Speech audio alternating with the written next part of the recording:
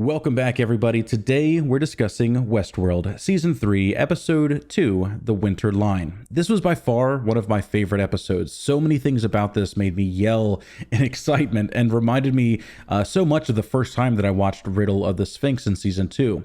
It introduces a new level to the story with powerful implications, and I am so pumped to be talking with you all again about this incredible series. Before we get into it, let me just say, we've reached 35,000 subscribers, about to hit 36, and since my last video, I am honestly amazed. I thank you guys so much for that. It means so much.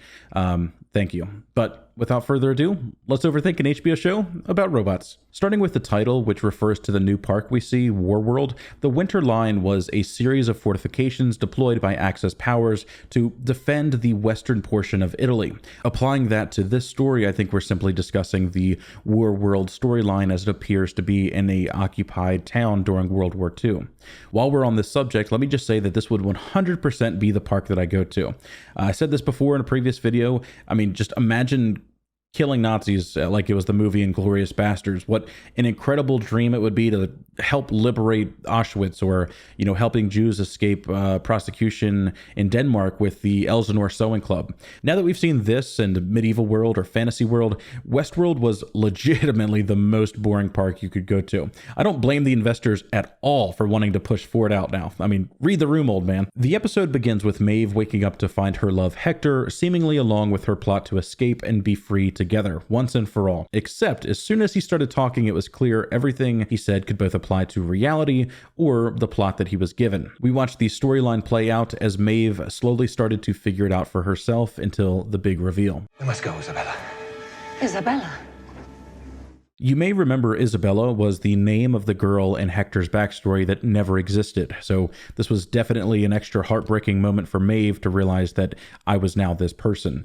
Along the way, they also have a discussion about her powers. Something to keep in mind is that because we know this is a simulation, she likely still has those powers. The abilities in question specifically are access to the backdoor mesh network system built by Arnold and an understanding of how to alter host code. In theory, any host could have this power, though I think this mesh network may at some point be removed from the fully awakened host code because it makes them susceptible to remote attack like we saw with Clementine. Though it does offer them the ability to communicate telepathically and issue commands, without having to speak or say anything at all, from relatively close areas. The furthest distance that we've seen this work was when she was communicating with Akecheta, likely bouncing from host to host along the way until they were able to establish a connection. And of course, I base that on how mesh networks work in the real world. It'll be interesting to see if they continue with this power in the story, though, again, theoretically, anyone could have it. Maeve dies and we arrive at another divergence worth noting, the South China Sea, 6.06 arc seconds, and a focal point showing the location of Westworld. Now, in my last episode review, I talked about arc seconds being when something diverges, creating an arc noting the amount of time that it takes to get back on track. That was wrong. I think it sounds good, but I had no clue that arc seconds were a real thing. It sounds like the most made up term ever, but I'm grateful that so many people had this knowledge on hand and pointed it out. I'll explain it quickly so you don't have to switch off this channel, but it's basically 6.06 out of 36 hundredths of a single angular degree.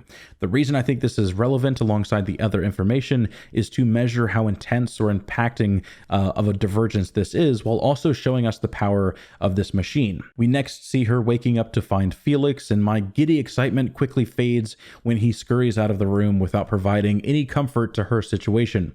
Then the same shock when we see Sylvester and his immediate call to security. Knowing all her comrades had turned against her and she would be once again stuck in a loop, she immediately opts to end it all by destroying the pearl inside her head, just as she saw them do to Clementine in season 1. Just as she's about to insert the drill, Lee frickin' Sizemore is back, baby. The donkey boy himself, the god amongst men.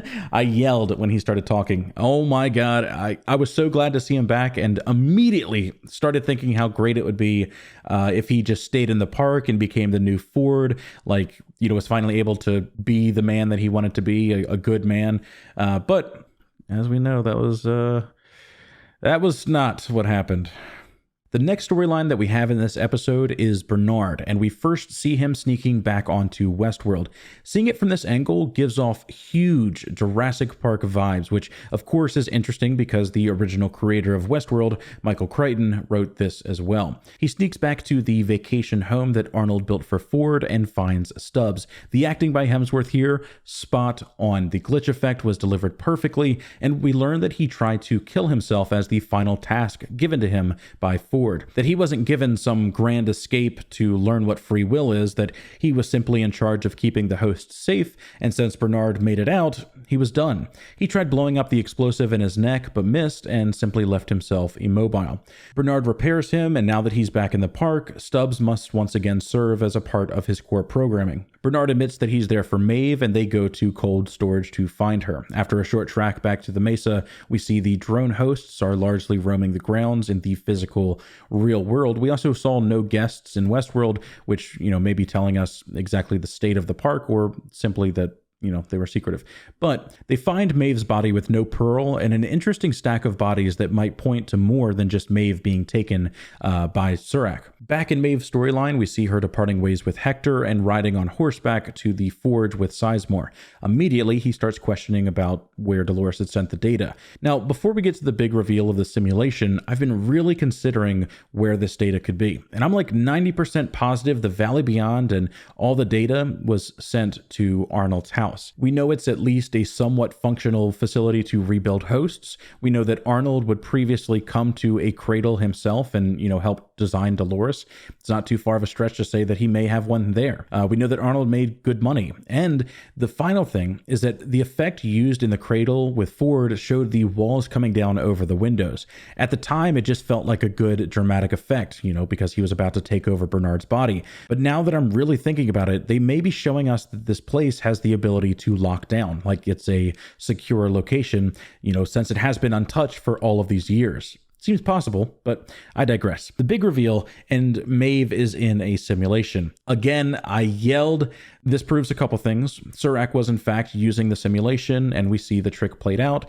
And the showrunners are now willing to show us simulation footage without the aspect ratio. Because again, if they started with this aspect ratio, we would have known right away that this wasn't the real world. It'll be interesting to see if this is used elsewhere. But it made me really happy to know that Felix and Sylvester weren't being dicks to Maeve from before. It's just that the people that designed this place only had so much data about the day-to-day and didn't intimately know each of the workers or the story of how she became who she is. Since the cradle was destroyed and the forge was locked away, I have no clue how they have so much information, but it's interesting to consider. Maeve looks for ways out of the system and thinks to overload it with math, because go math, and shows Lee exactly how she knows the world isn't real. They place the Winterline maps in everyone's pocket with the goal to overload the system on a massive scale tomorrow and get out of the park. As the plot plays out in the Nazi town square, Lee Sizemore has a dozen techs calculating the square root of 0 in the Mesa, again just trying to consume resources that this machine is running to slow it down. It works so well that she crashes the entire machine, and she can now use this tablet to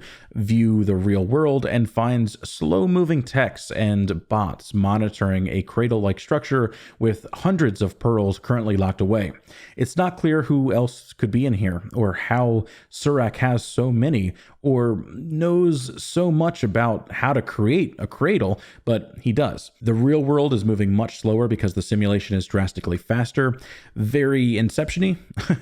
It'll be interesting to see if this is used again elsewhere as a big reveal. Since we now have a juxtaposition between the real life and a simulation, not needing an aspect ratio to outright tell us, this seems a very clear and purposeful thing to include, something that we need to see for some reason. She hacks her way out of the simulation, which she's a super advanced AI, so I'll restrain the information security in me screaming that hacking isn't this easy.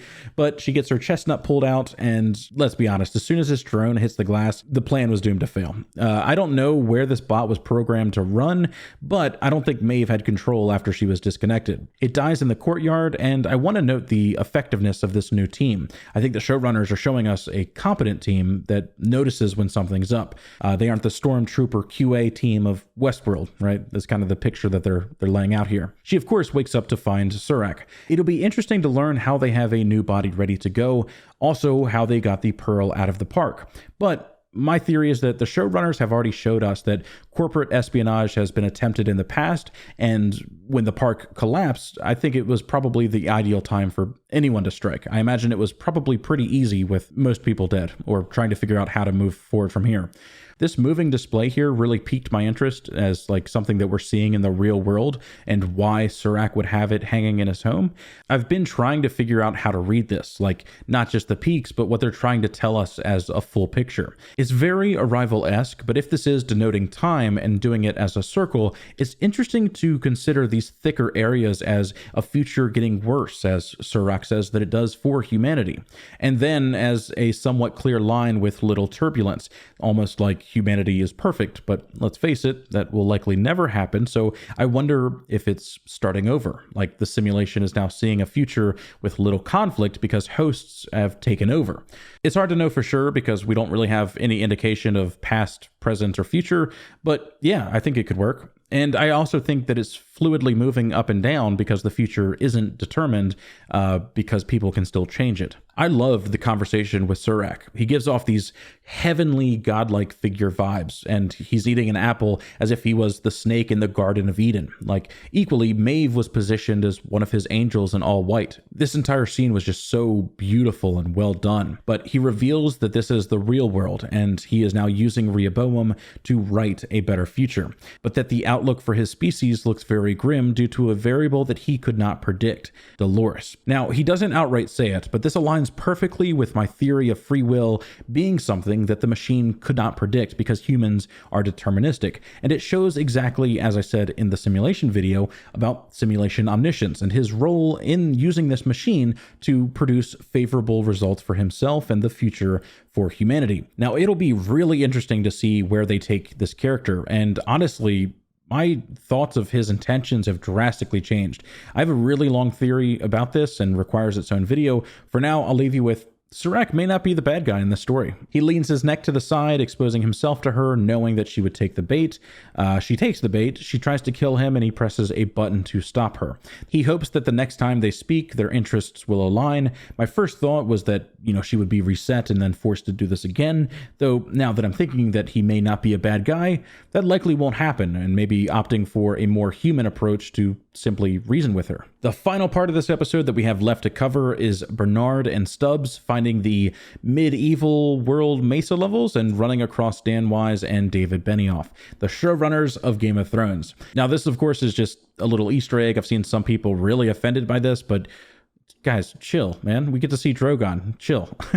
Bernard and Stubbs make their way to a tablet that could not have been corrupted by Dolores' recreation of him, which is an interesting part of the story. He's terrified of him not being the real him, but it's not clear at this time if that is a fear that's warranted or not. Stubbs beats up these people with discount Stormbreaker, trying not to harm anybody really, and pulls Bernard out before he finishes the scan, meaning it's still possible that he has been tampered with. Now, it's interesting because it feels like he's searching his mind for something that Dolores was doing. So it would make sense that Dolores would then purge this from his memory and make him create his own tablet that would also be corrupted and then never see what Dolores removed from his memory. Interesting, little convoluted, but we then see them on the beach discussing a select group of people that Dolores has targeted. Bernard saves Stubbs from doing what his code told him to do, and they set off on what I hope will be the bromance story of the century. But with that, we come to the end of the video. Again, I really enjoyed this episode. It was one of my favorites, honestly. I'm actually really giddy thinking about the Serac master plan video, but like all my videos, I'll do my best to present an unbiased argument for and against, presenting the theory that everyone can weigh on.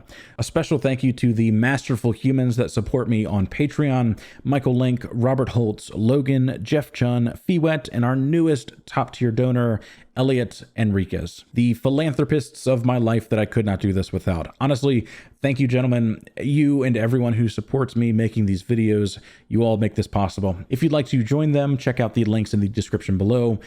Check out the Twitter, Discord, so on and so forth. Much love.